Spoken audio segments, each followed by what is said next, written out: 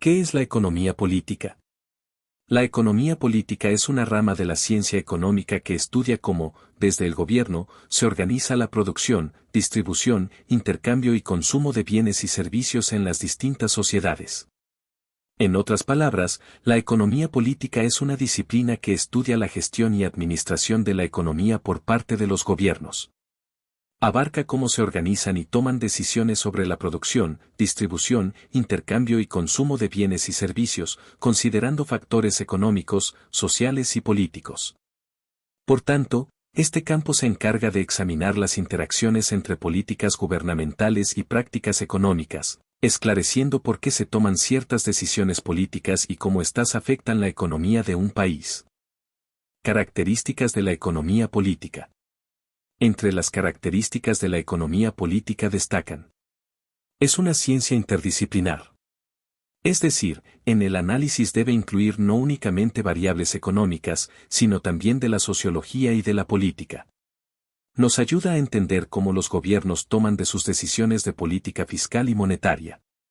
Aporta una visión más amplia sobre el manejo económico de un país. Así, permite entender por qué desde el Estado se toman ciertas medidas, aunque no sean eficientes o rentables.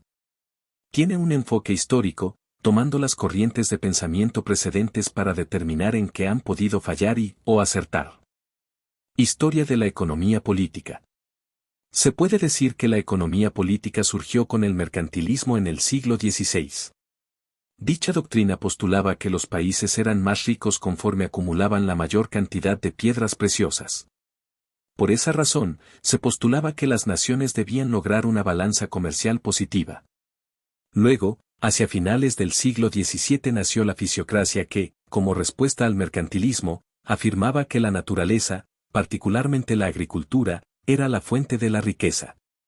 Posteriormente, apareció Adam Smith en el siglo XVIII, quien se centró en el trabajo humano como la fuente de la riqueza.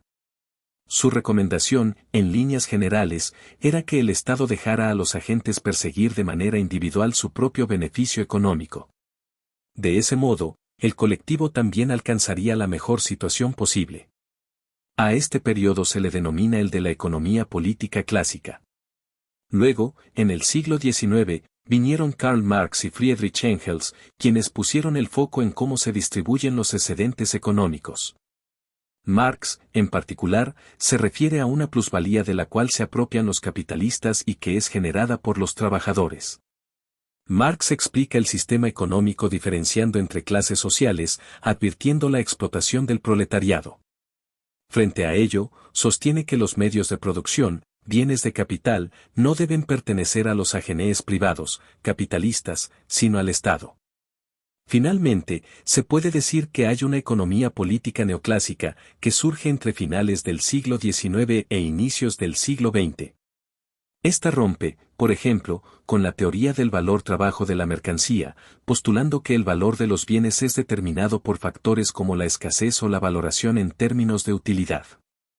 Además, la economía política neoclásica se centra no en la producción de los bienes, sino en la dinámica que permita su intercambio en un mercado en equilibrio.